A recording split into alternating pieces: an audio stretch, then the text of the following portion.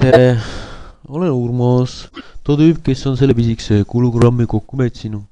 Tegu on siis Exceli failiga. See pole tähtis.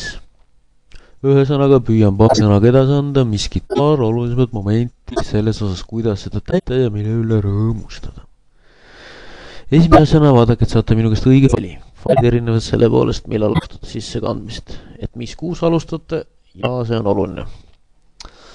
Et kui alustate jaanuaris, siis on selline fail, mis on jaanuarist detsembrini. Kui alustate näiteks mais, siis on selline fail, mis on maist aprillini. Nii, kui nüüd avada too Exceli fail ja esimene kuu, siis saate enamus olulisi asju panna paika siin esimese kuu all. Esimese asjana siis nimed. Paneme siin näiteks Mart.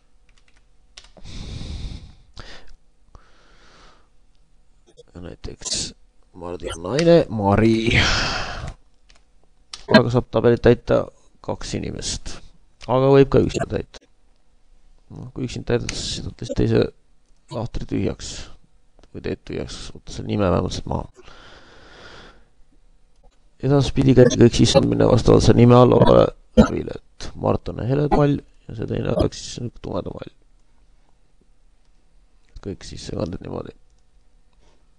Ei miskit keerulist, siis tuli mingi meil sisse vahepeal. Nii.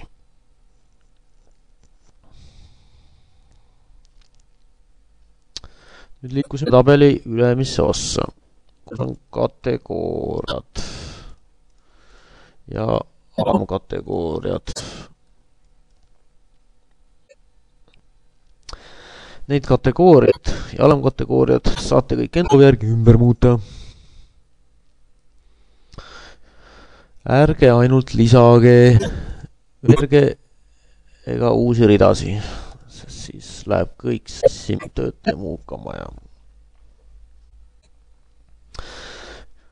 nii, näiteks muudame selles näitluse shoppingu näiteks poodlemine, okei. Nüüd on kõik teistes kuudesse ka muutunud. Ühesõnaga, võite ka seda siia panna ja siia, see on teie enda valik. See on alguse, mille te peate natuke mõtlema, kuidas tark ja kaval oleks ja endale kasulik.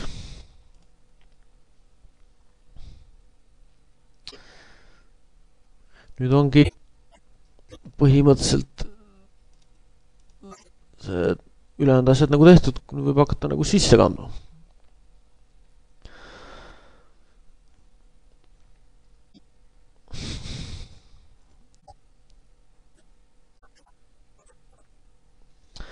Nii, alustuseks, kui alustada sissekandmist, pange oma rahaline algseis. See käib sinna üles jäägiossa, siin jäägi peal olevas selles, ma olen näiteks Mardiga 500 krooni, vaatas pangas muidu kokku, mis iganes.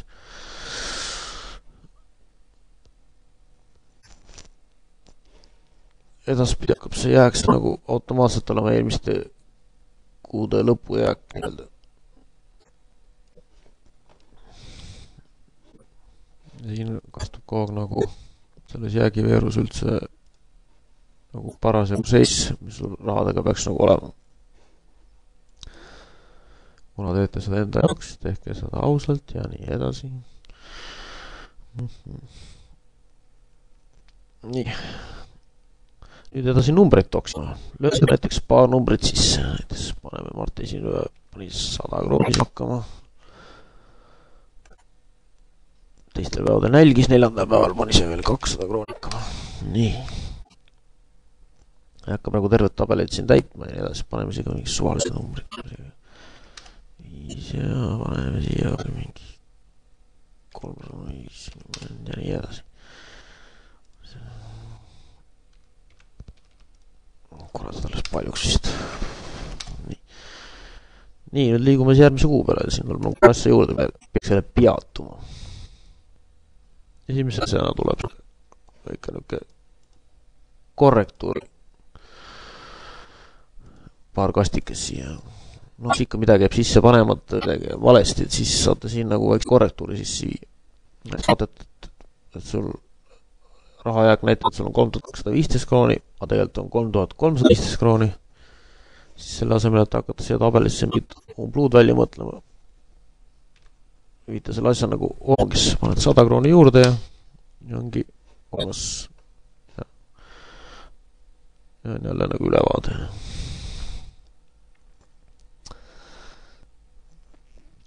Teine asi nüüd see skoori veerud, mis siia juurde tekib. See on vahest kõige huvitavam asi siin, mis see kogu selle tralli juures ütleme. Skoori veerus näed iga konkreetse päeva taga võrdlust eelmiste kuude keskmiste raha väljaminekutega. Selle päevani, mis päeva sa parasjagu vaatad. See tähendab, kui vaatad kuu 3. päeva ja skooriks on siin 3. päeval on 100 krooni, siis see tähendab, et võrdluses eelmiste kuude keskmistega on sinu rahaseis praegu -100, ehk sul on veel ju pole üldse raha siia sisse märkinud, sul on veel 100 krooni võimalus nagu kulutada. Kulutad siin 100 krooni, 90 näiteks ära, jääb veel 10 krooni alles kulutada, nii öelda. See on lihtsalt võrdlusega, sa ei pea selle järgi kulutama, sa lihtsalt näed oma reaalset rahaseisu. Ja iga järgmiste kuudega see võrdlus jääb ka alles, ainult et see võrdlus laieneb nagu kõikide eelmiste kuude peal, eelmiste kuude keskmiste peale nii öelda. Ja siin see nagu väheneb, kuna kuud on ju siis kandmata. Nii.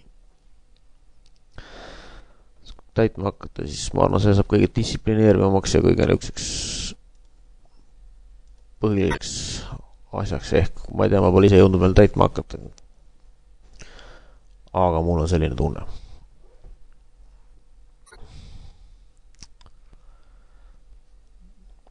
Vaat nii saad pidev ülevaate oma hetke kulutamistes võrdlus varasemate kuudega. Lõpus on meil kõiksugu statistika, mille taga võid kukalt sügada, kui muud teha pole. No siin praegu eriti midagi sees ei ole, kuna paar toks arvu lõime. Siit saate siis analüüsida ja järgi mõelda ja võib-olla järeldusi teha ja vaadata, kus saab kokku hoida või mis iganes. Ja kõige lõpus on arvutilehekülg. See on mul siin kuskil ära rikkunud. Sellega ärge tehke midagi. Siin on arvutused sees kõikidele asjadele vähem ja ärge seda ka ära kustutage. Vaat nii, rohkem polegi miskit kobiseda. Proovige järgi, võib-olla sobib teile. Äkki ka tolku miskit.